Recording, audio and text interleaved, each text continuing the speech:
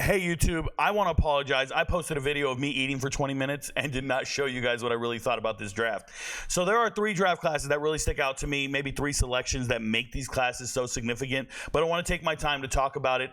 The number 1 class that kind of caught me off guard so far is the Raiders. Now, I'm going to be doing videos on every single team and doing my evaluation. I'm going to post it on YouTube. I'm going to post it on TikTok. I don't really give grades. I just assess each pick, when it was taken, what was still left on the board, what were the coaches thinking, what was the GM thinking, and then how they're going to fit going into next year. If you want to see last year's analysis on the draft, you can see every single draft class from last year. It's still posted on TikTok. Just use the right playlist on the homepage. The homepage has all the playlists above the videos.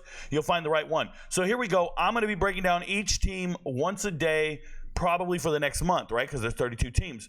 But before I get into that, I want to tell you guys that knee-jerk reaction after the draft, there are 3 teams that stick out to me immensely after the draft. One of them is the Raiders. Shout out to Al Davis. Rest in paradise. Your Raiders are drafting differently. Your Raiders are drafting intelligently. Your Raiders are changing the character of the locker room.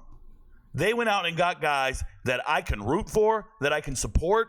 They look like law-abiding citizens. I loved everything they got. I'm not even joking. First and foremost, you get Brock Bowers at 13. That's 12 mistakes taken before Brock Bowers. That is the best tight end in this generation. I don't want to hear about a player being generational and then somebody else being better than them a year later or 2 years later. That's not generational, bro. We're talking about best in the last 20 years, Brock Bowers. That is him. Won 2 national titles because he's a damn unicorn. Who's not drafting him? I don't know, but 13 for Brock Bowers is insane.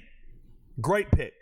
And then you turn around, and at 44, you get Jackson Powers-Johnson, who, by the way, not to pat myself on the back or anything, was in my top 10. Jackson Powers-Johnson right there. JPJ, great player out of Oregon, in my top 10 on the offensive lineman, as you see it down here.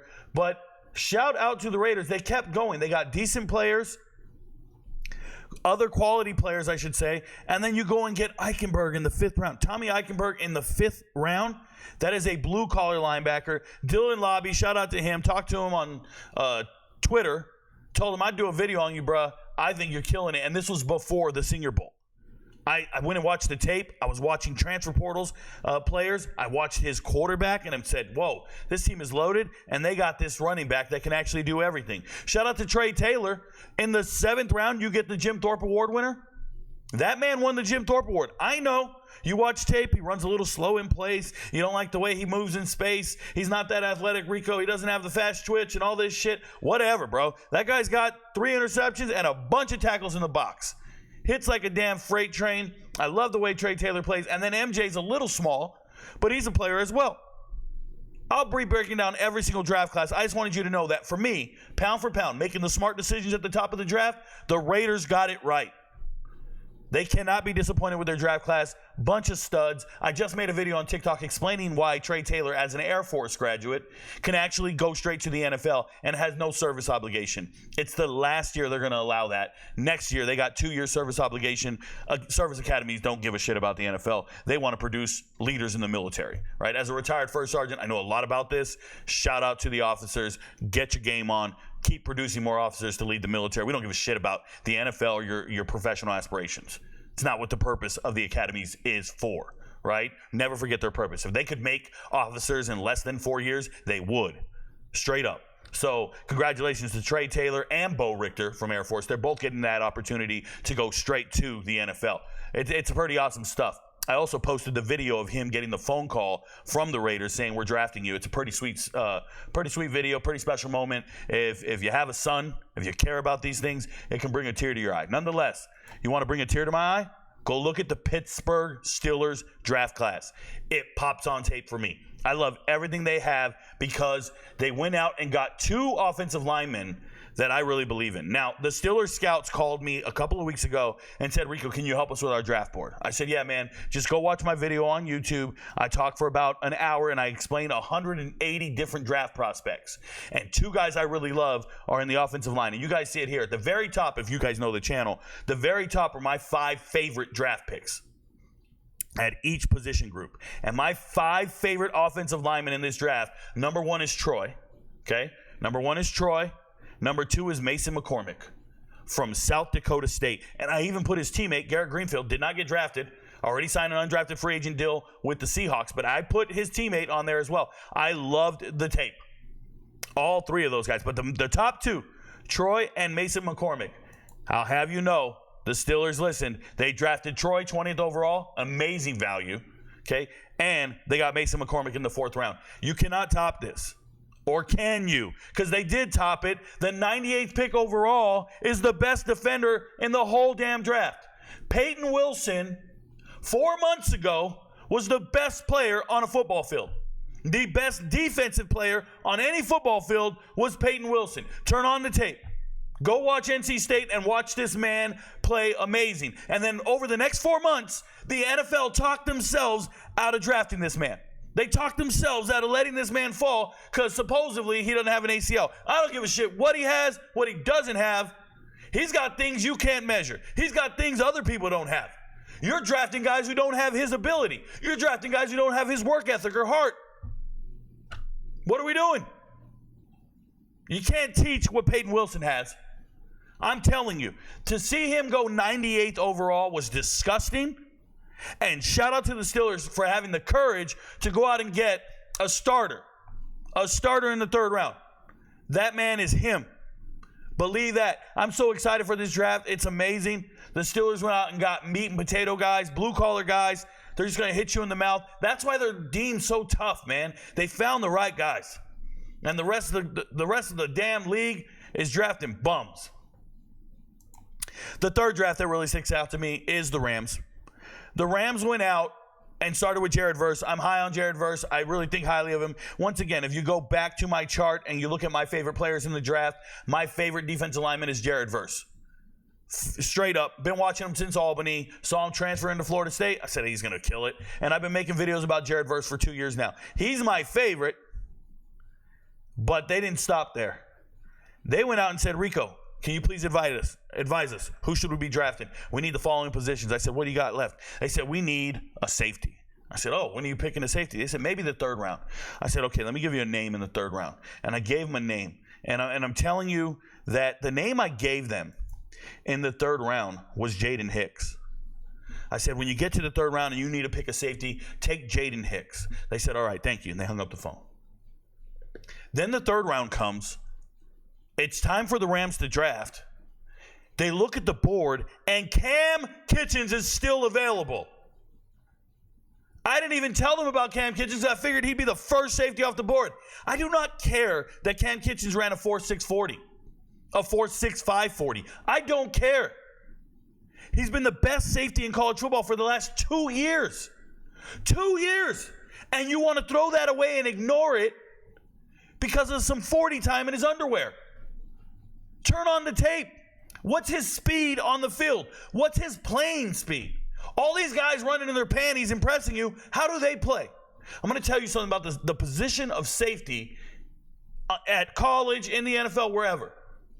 If you have really good eyes, really good reaction time, read and react, if you understand concepts, schemes, down and distance, how to read alignment, you can react faster than other guys.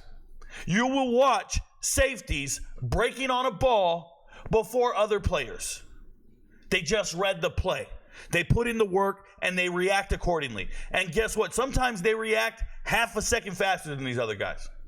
So while you want to stress 1/10 of a second in a 40-yard dash, I'm going to tell you Cam Kitchens closes on the ball and reacts faster than any other safety by half a second. So who gives a shit what he runs? He reacts and breaks on the ball better than everybody. Cam Kitchens is the best safety in this draft, and the Rams got him in the 3rd round after getting Blake Corum. Now, I'm not a huge Blake Corum guy, but this move right here, this shit moves me, bro. That's value. That's courage. That's understanding players. 4 months ago, Cam Kitchens was the best safety in America. Fast forward, and they're trying to convince you it's some dude who gets DUIs. Shout out to Bullard. They're trying to convince you it's some dude named Tyler Nubin. Shout out to Minnesota. Get out of here, bro. And shout out to them for getting a kicker in the 6th round. Don't be getting no kickers and punters in the 4th round. In the 4th round, you can still be getting players that help you get first downs. Most teams are trying to get better players to help them get first downs. Not the Bears. The Bears are out there trying to get players that prepare them not to get first downs. It's absurd. Let's go to this other team here. I want to talk about the Jets draft for a second. The Jets also asked me for help with the draft. They got my draft board, and I want to show you guys something. The Jets said, hey, Rico, who's one of the best offensive linemen in the draft? I gave them my list. They read it incorrectly, and they took Olu ahead of some of the other guys. They didn't know how to read the list. They took Olu next, okay? Then next, they said, we don't have another pick till the third round. Who should we get in the third round? I said, well, Malachi Corley's there. If he's there, go get him. He's my favorite wide receiver in the draft. They said, we're going to listen to you. They took him. Cool. Then they said, what about the fourth round? Fourth round, we need a running back. I got a little nervous because they asked me last year, and in last year, they took Israel Abanikanda in the fifth round. And remember, he was my favorite running back in the draft. Israel Abanikanda, my favorite running back in the draft. They got him in the fifth round last year. The Ravens, they asked me after the draft. They got Keaton Mitchell as an undrafted free agent, a whole nother story. But this one really shocked me. When they asked me, we're going to take another running back this year, I was like, oh, okay. Well, whoever's the best available guy, go get him. But I think Braylon Allen is a stud. You might want to look into him. So they took Braylon Allen. And I thought, that's pretty awesome. They said, we're going to take a project quarterback. I said, just take it off the top of my list. Whoever's still available, pick one. You'll be good. So there was Jordan Travis. I'm still not mad at them. Then they took Isaiah Davis.